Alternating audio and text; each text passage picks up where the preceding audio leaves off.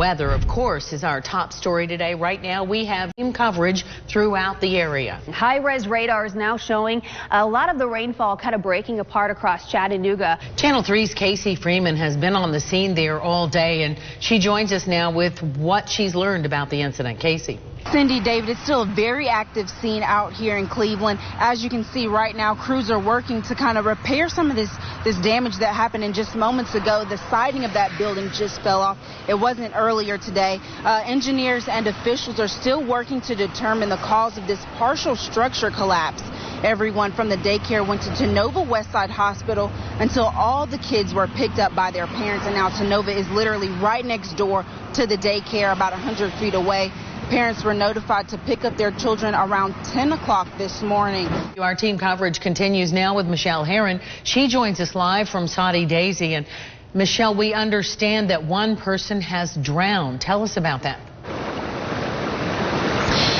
Yes, Cindy, one person has drowned due to flash flooding that happened this morning in the area of Depot Street, and that is where we are at now. Even though the rain has stopped, the flooding has not. There is still a lot of water, even though a lot of it has gone down compared to earlier. I mean, and just to show you how powerful these flash floods were, there is a refrigerator that is here behind me. So that water was so powerful that it was able to pick up a refrigerator and a lot of these trees. I've seen stumps, multiple mailboxes have been uprooted from the cement in the ground. I mean, this water came with some force. I've seen a lot of video from a lot of folks.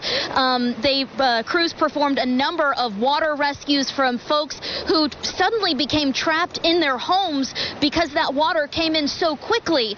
But then just as fast as the water came in, the water then started to recede, at least from around the roads and around some of those homes. I was panicked. I've never seen it this high before. Amy Robertson's neighbor called her early in the morning to tell her that her yard was flooded. A few minutes later, Robertson, her son, and dog were evacuated by Dallas Bay rescue crews. They used extra caution because she is 6 months pregnant. With over 4 inches of rain since Monday and the rain continuing to fall, many roads in our area are now flooded. Matt Lee with the Hamilton County Sheriff's Office gave advice on staying safe. He stated if you do not have to be out driving on the roads, it's better to stay off of them, especially in low-lying areas. If you do need to get out and drive, avoid flooded roadways. If a road barricade is present, do not drive around it and do not try to drive through the water. Barricades are there for your safety and the safety of others. It's actually against the law to go around a barricaded road. If you're seen in the presence of an officer, it can be a misdemeanor. This is one of the roads that closed. This is Cummings Highway, and as you can see, water has filled this area.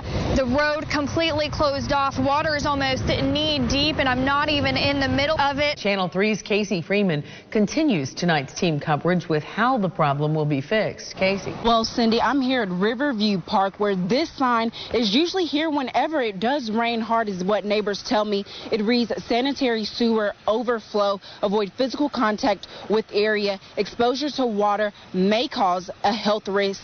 Caitlin Chastain is downtown on Broad Street where lightning reportedly struck the James building, causing it to crumble. Yes, Cindy, it was the top of the outside of the building. You can see now that the road here is closed behind us. This is West 8th Street. It's closed for safety reasons, and we're going to show you why. Take a look at this. You can see just how big those pieces of brick are that fell from the building. Like you said, it was reportedly struck by lightning earlier today. We spoke with an eyewitness who said she heard a very loud burst of thunder, then looked out her window and saw the bricks coming down the side of the building and crashing onto the sidewalk. Chain reaction accident causing a 37 vehicle crash on I-75 in North Georgia. Channel 3's Kate Smith is live in Ringgold from the tow yard with a closer look at the damage. Hello, Kate. David, 5 of those 37 vehicles were brought here to ABC Towing, and as you can see, the extent of this damage it's very extensive. The pileup on 75 northbound caused massive traffic delays during the morning commute. Georgia State Patrol says 15 vehicles collided due due to the icy conditions. Another 22 were damaged or slid off the road. They believe the crash was likely caused by freezing rain. Over 5 towing agencies responded to today's crash. We have crews all across the Tennessee Valley keeping an eye on this winter mix. Cameron Taylor is in Grundy County, there at the top of your screen, where snow has already started falling. You see Kate Smith there in the middle in Marion County, and Tanisha Cordell on the bottom right of your screen, keeping an eye on how Hamilton County is getting ready.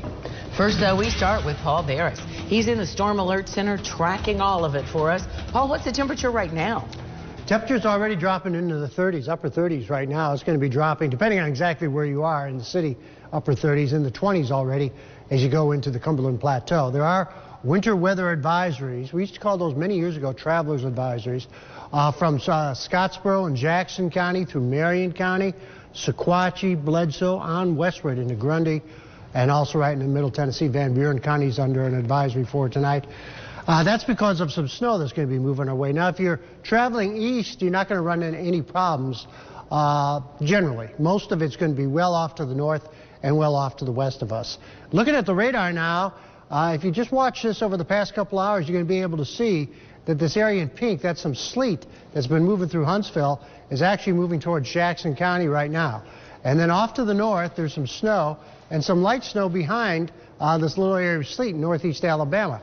That's some of the stuff that's going to be moving our way. A lot of this is going to break apart because the energy is lifting off towards the north and to the east. We'll show you what we're thinking on Vipercast. Throughout the evening hours, some snow flurries will be possible. 7 o'clock in the morning tomorrow, that air is going to be coming out of the north at a pretty good clip. Cameron Taylor has been following the salt truck drivers throughout the day. Cameron, you're in Grundy County, and people who live around here sometimes wonder why Grundy County schools are the first to close. You're seeing it firsthand. David, we have seen and felt it all here in Monteagle today. As you can tell, the wind is very strong. We have seen the rain, fog, and snow here today. And, you know, I-24 is a major interstate connecting people from Chattanooga to Nashville and beyond, and that's why TDOT crews are making sure drivers are safe tonight. Snow made its way to Monteagle. Laura Stroud saw it happen as she drove up the interstate. I was just going north on 75, and it wasn't even snowing. I come and turn off this exit to get gas, and it's snowing. So that was a quick change. Snow doesn't scare Stroud since she's from northern Illinois. She's on her way back home after making a trip to Florida. Now, before the snow started falling, drivers experienced rain and fog. That gave TDOT crews time to salt the interstate ahead of the freezing temperatures. When it comes to, maintaining the roadways and keeping them safe, there's no bounds. Tim Worley is the operations technician supervisor. He made sure all 5 TDOT trucks in Monteagle were full of salt to go up and down I-24. They typically can travel around 3 to 4 miles before needing to reload. When the roads freeze, Worley says it can sometimes call for calcium chloride to make the salt work faster. It is very crucial to keep this open. So this is I've heard the terms a major artery from here to, from Nashville to Chattanooga. A major artery that has thousands of cars flowing through it each day. Help isn't too far away if TDOT crews stationed in Monteagle get overwhelmed since they're by the interstate. As for drivers, Stroud says she's going to take it easy. I see where it said 6 to 10 inches. I'm just going to keep on booking. Thanks, Cameron. It is really cold out here in Marion County today. The wind is very strong. It's bone chilling and just really unbearable right now. Road crews have been out all day. They're getting ready for winter weather. They've been prepping the roads with salt, brine, and gravel.